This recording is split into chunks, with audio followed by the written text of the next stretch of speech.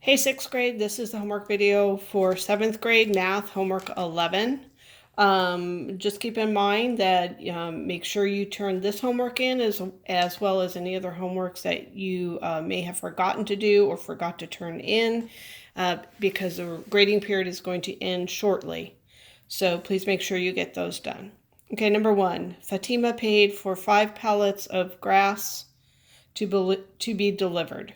Each pallet of grass cost $129.95.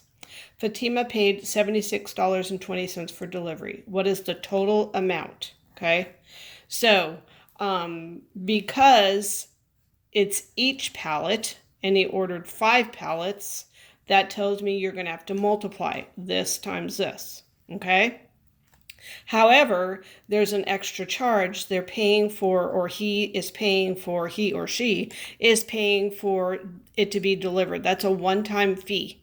So after you multiply this times 5, you're going to have to add this. Okay, that's kind of like if you order something off of Amazon and say you buy 2 or 3 items, but they charge you a shipping charge for it to be shipped to your home. This is the same thing. You're paying for each pallet. That tells you to multiply plus the shipping charge or the delivery charge. Okay. Number 2, what is the solution to this equation? So what we're trying to do here is we're trying to isolate the variable.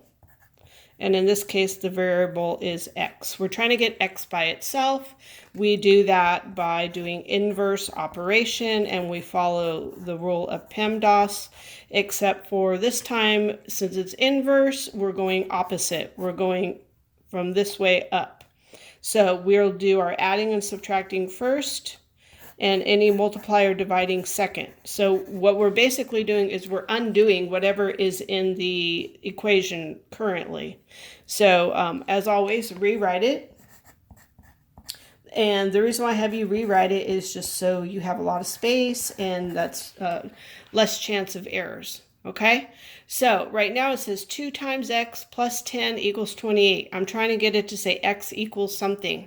I have to get rid of this positive 10, and I have to get rid of this 2, which is being multiplied by x. So the first thing I'm going to do is I'm going to add or subtract. Since that's adding, I'm going to get rid of that first, and I'm going to do the opposite. Whatever I do to the left, I do to the right.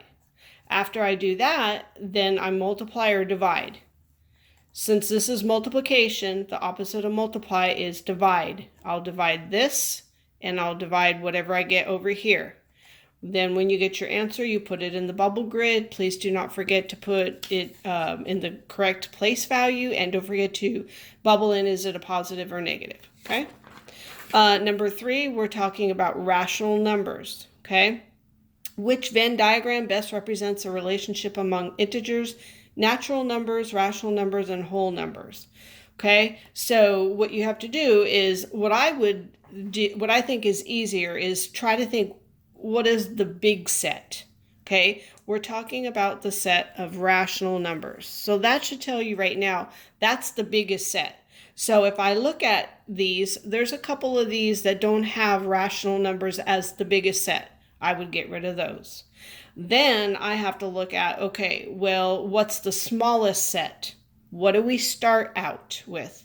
Okay, and originally we always started counting with our fingers. So hopefully that will help you remember. I don't want to tell you anymore because then I'm basically just going to give you the answer, okay? Number 4. This is a percent increase or decrease question, and we know that by the wording.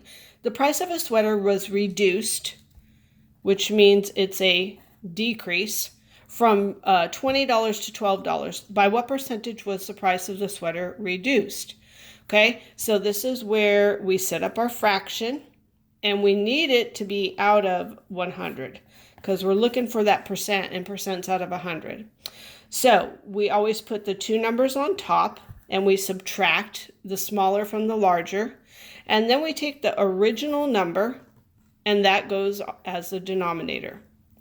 Then I have to do this math over here. So ultimately, I'm trying to get it out of 100. That may not happen right away, so let's see what happens. 20 take away 12 is 8 out of 20, okay? That's not out of 100. It's not a percent, but can I make it be out of 100? You do that, and there's your answer, okay? Number 5, this is, it seems complicated, but it's a logical question. It's something that you could just do in your head.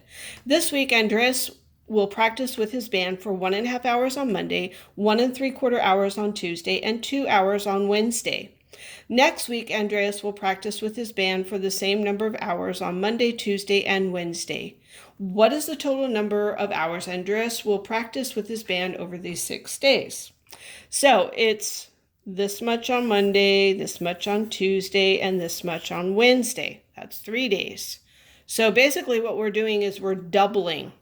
Okay, we're taking all these, adding it up. We're taking 2 plus 1.5 plus 1 3/4. We're adding that up, but then we have to do it twice.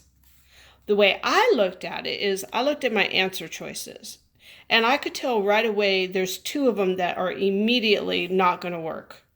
Because if I add 2, 3, and 4, and I know I got to do it twice, that guy's too small. And that guy's too small. So it's just between this one and this one. Okay? So if I do 2, 3, 4, 1 time, 2, 3, 4, that's 8, 2 times. Plus I have this and this on top of it. There's only 2 choices and there's only 1 logical choice. Or you could do it this way.